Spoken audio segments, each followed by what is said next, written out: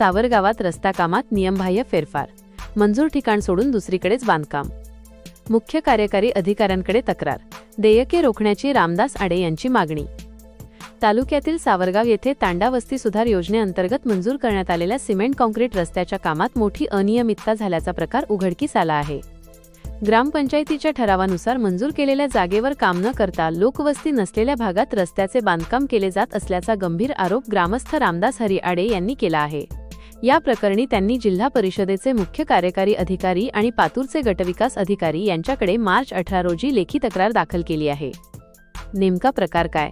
सावरगाव येथे तांडावस्ती सुधार योजनेअंतर्गत 10 लाख रुपयांच्या सिमेंट रस्त्याला मंजुरी मिळाली होती। ग्रामपंचायतीच्या अधिकृत ठरावानुसार हे काम देवकिसन चव्हाण यांच्या घरापासून गणेश चव्हाण यांच्या घरापर्यंत होणे अपेक्षित होते। मात्र संबंधित यंत्रणेने या मंजूर स्थळाला बगल देत प्रत्यक्ष कामाची जागाच बदलली आहे। सध्या हे काम कोणत्याही प्रकारची लोकवस्ती नसलेल्या निर्जन भागात सुरू असल्याचे तक्रारीत म्हटले आहे। तक्रारीतील प्रमुख मुद्दे: जागेत फेरफार, ग्रामपंचायतीच्या ठरावाचे उल्लंघन करून रस्ता अन्यत्र बांधला जात आहे। निधीचा अपव्यय, लोकवस्ती नसलेल्या ठिकाणी रस्ता बांधून शासकीय निधीचा गैरवापर केला जात असल्याचा आरोप।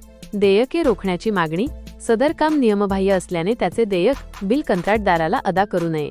अधिकाऱ्यांना इशारा, तक्रार करूनही जर या कामाचे देयक काढले गेले तर त्याला संबंधित अधिकारी सर्वस्वी जबाबदार राहतील असा इशाराही आडे यांनी दिला आहे।